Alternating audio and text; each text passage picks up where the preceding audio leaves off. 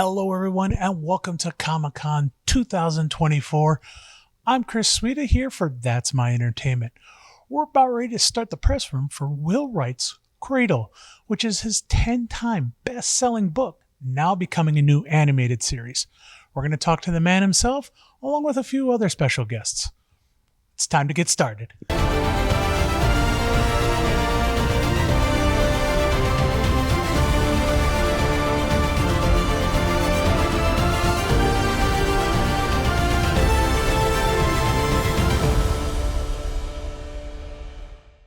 Hey guys, so we are here with Phil Lamar, and now who's your character? Tell us a little bit about your character in Cradle. Did a couple. Well, If you can. any spoilers. Anything without spoilers that you can. I- Nothing. No worries, I totally understand. Now, what was it that helped you get into your character? Like, do you have your regiment that you use? Is there any kind of like background stuff you look at? How do you get into your character?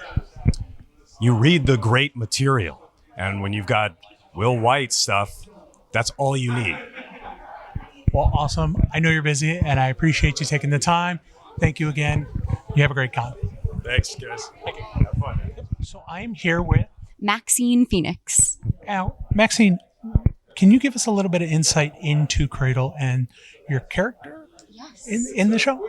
So I am voicing Yeren, and Yeren, she's a little bit of a loner.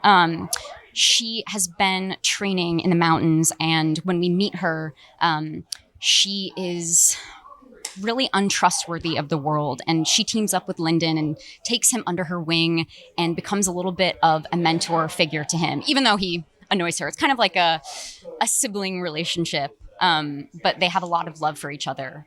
And she's fierce, she is funny, and she's such a joy to play. The writing is so good, and it's a gift as an actor. Awesome. Now, all actors and actresses have their process. Yes. What do you have a special process that you go through to get into your characters? Such a great question. So for Yeren specifically, she has an accent, and it's a little bit of a complicated accent. It's somewhere between, I would say, Scottish and Russian. And so going into voice recording, and even when I auditioned, I really practiced not only the lines, but I would say like random things to myself, in the car, having my coffee in the morning, and the accent, trying to just get it in my body. And for any voiceover, I would say for me, I like to really center myself. I like to have a warm drink, tea or coffee or something, and just allow myself to open up to it and have fun, because that's going to come through the most. Well, awesome. I know you're real busy, so I thank you for your time, thank you for joining us today. Nice to meet you. Nice to meet you too. Hey guys, so I am here with Will Wight. 3 minutes? Okay. So, Will, now, what was it like seeing your books come into fruition to come into this movie? Like into an Oh, animated yeah. movie? It was really incredible. I was not prepared for working with such great animators and voice actors, and then seeing characters I just made up, like in my head, come to life on the screen, and seeing them like as real moving characters was just an incredible experience for me. I never even dreamed that would be the case. It was so cool. So do you have, what's your favorite thing? Like, is there one thing that we were just like, oh my God, I can't believe, like one scene that just came across that was just like, yeah, that was in my head and now it's on the screen? Oh yeah. So as part of our like sizzle reel, which is fully animated that we made to promote like our big project, they have the turning point of book one, which is like halfway through book one, the main character is killed and brought back to life. And so they nailed that so well, Lex and Otis and the voice actors, and they got that right out of my head onto the screen. It was so cool. Awesome. Well, I know you're busy and I thank you for your time. Thank you for joining us today. Great to meet you. And have a great con. Hey guys, today we are here with, Morla Gorindona. now, Morla, can you tell us a little bit about your character in Cradle? Yes, so I am Elder Whisper, and I am this kind of ethereal, powerful, dragon-y type character. Awesome. Now, I've asked other people this, but every actress and actor has a process that they use, especially with voice acting. Do you have a process that you use to help get into character? Now, we know you've done stuff for X-Men and various other roles.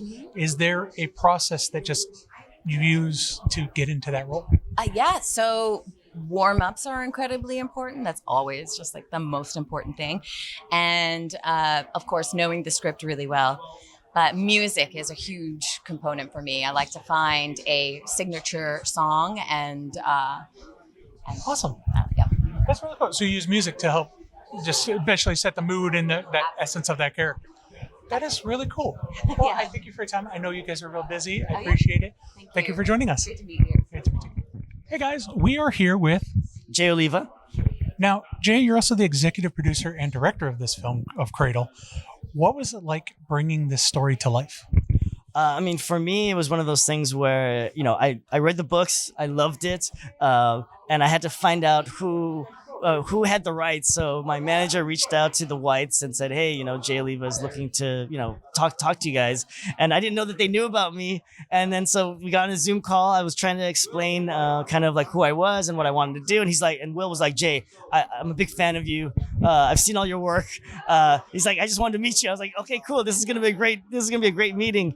And so what I told Will was like, I want him to do kind of his director's cut, like looking back at the series 7 years ago, what would he do differently? Because I told him I wanted to do the books 100%, right? Because I was like, that's why we got Travis Baldree to do Lyndon. I said, I'm a huge fan, but I want to kind of bring this to life in a way that, the fans haven't seen before, but also kind of do my spin on it as, as a filmmaker and as a director. Now, I know you're making a movie now, but is there any chance that we can see this turned into a series? Of course, that is the main goal. Originally, parallel to us doing this movie, we were still going to be pitching it as a series and develop. We already have it developed as a series. So it's just because of the pandemic and with everything that's happening with Hollywood, we had to kind of hold off before we pitch it because we had to wait till things got You had to pivot a little bit. Exactly, right? So I think, in the next couple of years, we definitely will be getting this into a series. I would love to be able to translate all 12 books into maybe 4 seasons and, for the fans to see. And I think that would be great. Awesome, Jay. Well, we know you're busy. Thank you for your time. I appreciate you being here with us today. You have a great con. Well, there you have it, guys. We just wrapped up the press room here for Cradle at Comic-Con 2024. Make sure to stay tuned for more exciting news coming your way. I'm Chris Suida. That's my entertainment. What's yours?